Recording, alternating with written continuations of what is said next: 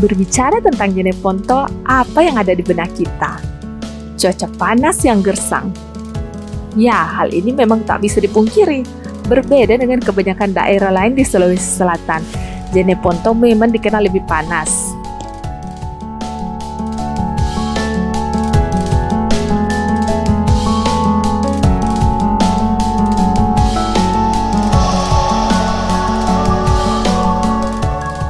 Meski demikian, bukan berarti Jeneponto tak lantas memiliki pemandangan yang sedap dipandang mata. Salah satu destinasi wisata yang belakang ini mulai hits di kabupaten ini adalah pembangkit listrik tenaga Bayu yang berlokasi di Kecamatan Turatea, Kabupaten Jeneponto. Di tempat ini, Anda bisa menikmati senja dengan begitu cantiknya.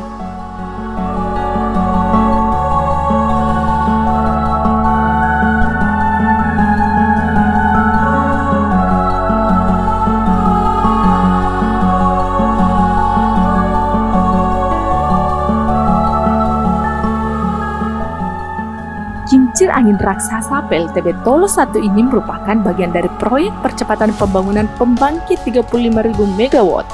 Proyek ini tak lain merupakan bagian dari upaya pemerintah mencapai target boron energi nasional 23% dari energi baru terbarukan atau EBT pada tahun 2025. Namun, selain menjadi pemasok energi, PLTB Tolo 1 rupanya juga menjadi alternatif wisata.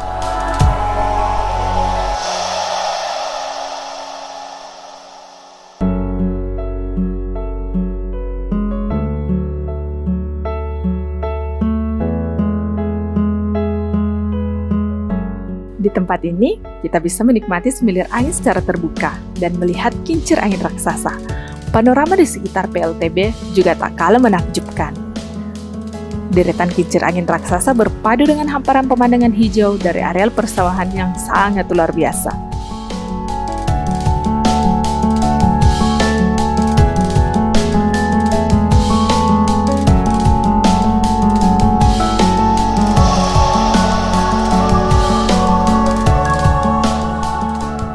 Kunjungan ke PLTB sendiri menjadi semakin ramai sejak tempat ini diresmikan pada November 2018 lalu. Baling-balingnya pun tampak unik karena dari kejauhan seperti baling-baling pesawat. Sekilas suasana di sini seperti negeri kincir angin di Belanda.